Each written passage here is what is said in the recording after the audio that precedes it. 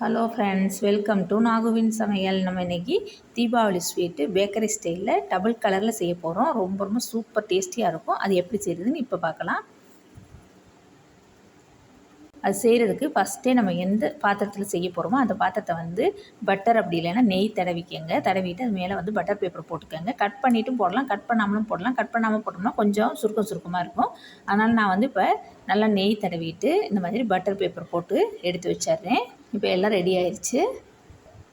இப்போ ஒரு அடிக்கனமான பாத்திரம் எடுத்துக்கோங்க. அப்படி இல்லைனாக்கா ஒரு நான்ஸ்டிக் சட்டி எடுத்துக்கோங்க. அதில் 1.5 கப் அளவுக்கு பால் சேர்த்துக்கலாம். ஃபஸ்ட்டு ஒரு கப்பு, அப்புறம் ஒரு அரை கப்பு சேர்த்துருக்கேன். இப்போ வந்து அரை கப் அளவுக்கு ஜீனி சேர்க்குறேன். அப்புறம் கொஞ்சமாக ஏலக்காய் பொடி சேர்த்துக்கலாம். சேர்த்துட்டு நல்லா அந்த ஜீனி வந்து நல்லா கரையணும். அந்தளவுக்கு கரையிற வரையிலும் நம்ம வந்து கிண்டிக்கலாம். நான் இன்றைக்கி ஸ்பேச்சுலா தான் யூஸ் பண்ணுறேன். இப்போ ஜீனி நல்லா கரைஞ்சிருச்சு. இந்த நேரத்தில் நம்ம வந்து 1.5 கப் அளவுக்கு டெசிகேட்டட் கோகோனட் வந்து சேர்க்கணும். இந்த டெசிகேட்டட் கோகோனட் நான் வீட்டிலே செஞ்சது தான். இதோட ரெசிபி ஏற்கனவே நம்ம சேனலில் வந்து அப்லோட் பண்ணியிருக்கு. தெரியாதவங்களுக்கு அதோட லிங்க்கும் கீழே டிஸ்கிரிப்ஷன் பாக்ஸில் கொடுக்குறேன். செக் பண்ணி பார்த்துக்கோங்க. இப்போ வந்து அடுப்பை வந்து சிம்மில் வச்சுக்கோங்க. இப்போ 1.5 கப்பு சேர்த்தாச்சு டெசிகேட்டட் கோகோனட்டு. சேர்த்ததுக்கப்புறம் நல்லா கிண்டிக்கிட்டே இருக்கணும். அது கொஞ்சம் திக்காகி வரும்.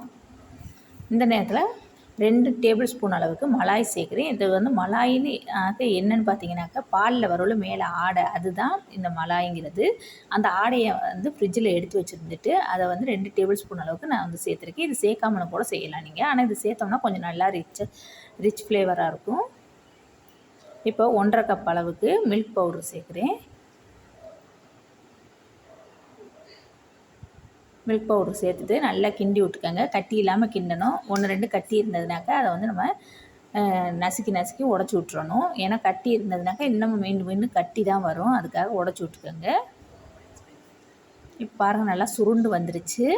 இந்த அளவுலேயே நம்ம வந்து எடுக்கிறனால எடுத்துடலாம். ஆனால் இன்னும் ஒரு 2 நிமிஷம் அடுப்பில் வச்சுக்கலாம்.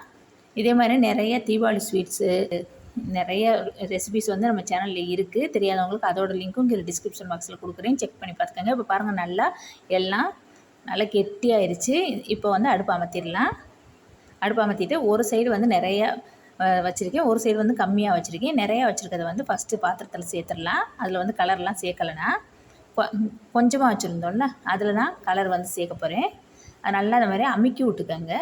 அப்புறம் இப்போ கொஞ்சமாக வச்சுருக்கலாம். நம்ம எந்த கலர் வேணாலும் சேர்த்துக்கலாம், விருப்பப்பட்ட கலர் சேர்த்துக்கலாம். நான் வந்து இன்றைக்கி கொஞ்சம் க்ரீனும் கொஞ்சம் ப்ளூவும் சேர்த்துருக்கேன். ஏன்னா க்ரீன் வந்து என்கிட்ட தீந்துருச்சு, கொஞ்சம் தான் இருந்தது. அதனால் இன்னும் கொஞ்சம் வந்து ப்ளூ சேர்த்துருக்கேன். சேர்த்துட்டு நல்லா மிக்ஸ் பண்ணிக்கோங்க.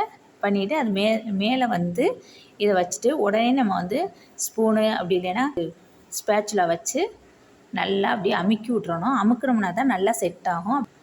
அது மேலே வந்து சில்வர் லீஃப் பேப்பர் வந்து நம்ம வேணும்னாக்க யூஸ் பண்ணிக்கலாம். அந்த சில்வர் லீஃப் பேப்பர் வந்து அவைலபிளாக இருக்குது அமேசான்லேயும். அதோட லிங்க்கும் கீழே டிஸ்கிரிப்ஷன் பாக்ஸில் கொடுக்குறேன். செக் பண்ணி பார்த்துக்கோங்க. அப்படி இல்லை, அது வந்து சேர்க்காமலே கூட நம்ம சும்மா அப்படியே கூட நார்மலாக கட் பண்ணி சாப்பிட்டுக்கலாம். அந்த சில்வர் லீஃப் பேப்பர் வந்து நான் வந்து டின்னில் வச்சுக்கிட்டு அப்படியே மேலே ஒட்டிட்டேன். நான் வந்து வெளியில் எடுத்ததுக்கப்புறம் ஒட்டியிருக்கணும். அப்போ தான் ஃபுல்லாக நம்மளுக்கு வந்து கவர் ஆகியிருந்திருக்கும்.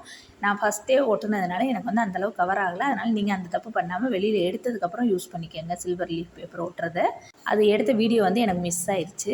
இதை வந்து நம்ம வெளியில் வச்சுருந்து ரூம் டெம்பரேச்சரில் வச்சு அப்படியே கட் பண்ணலாம். ஆனால் இன்னும் நம்மளுக்கு டேஸ்டியாக வேணும்னாக்கா நம்ம வந்து ஃப்ரிட்ஜில் குறைஞ்சது ஒரு 4-5 மணி நேரம் வச்சுருந்தோம்னாக்க நல்லா செட் ஆகிட்டு அது பார்த்திங்கன்னா அவ்வளோ ஒரு சூப்பர் டேஸ்டியாக நல்லா கட் பண்ணுறதுக்கும் அவ்வளோ நல்லா வந்தது. இப்போ ஃப்ரிட்ஜில் வச்சு எடுத்துகிட்டு வந்தாச்சு. இப்போ நான் வந்து அந்த பேப்பரை வந்து ரிமூவ் பண்ணுறேன். மெதுவாக எடுங்க. இப்போ பாருங்கள், சூப்பராக நம்மளுக்கு 2 கலராக எவ்வளோ அழகாக தெரியுதுன்னுட்டு. இப்போ இதை மெதுவாக கட் பண்ணலாம். நம்ம எத்தனை பீஸாக வேணாலும் போட்டுக்கலாம். நான் வந்து இன்றைக்கி 8 பீஸாக கட் பண்ணிவிட்டு அது மேலே வந்து அழகுக்காக பாதாம் பருப்பு வந்து வச்சுருக்கேன். எவ்வளோ அழகாக சூப்பராக இருக்குது பாருங்கள். இது நம்ம விருப்பப்பட்ட கலர் எந்த கலர் வேணாலும் சேர்க்கலாம். அப்படி இல்லைன்னா கலர் சேர்க்காமலே கூட செய்யலாம். உள்ளார உள்ள டெக்ஸ்சரை பாருங்கள், சூப்பராக இருக்குது. எவ்வளோ நல்லா இருக்குது. கடையில் வாங்குற மாதிரியே இருக்குது. அப்படியே யாருமே நம்ம வீட்டில் செஞ்சோன்னு சொன்னால் நம்பவே மாட்டாங்க. தீபாவளிக்கு எல்லோரும் இந்த ஸ்வீட் வந்து கண்டிப்பாக ட்ரை பண்ணி பாருங்கள். இந்த வீடியோ வந்து உங்கள் எல்லாருக்கும் யூஸ்ஃபுல்லாக இருக்கும்னு நினைக்கிறேன்.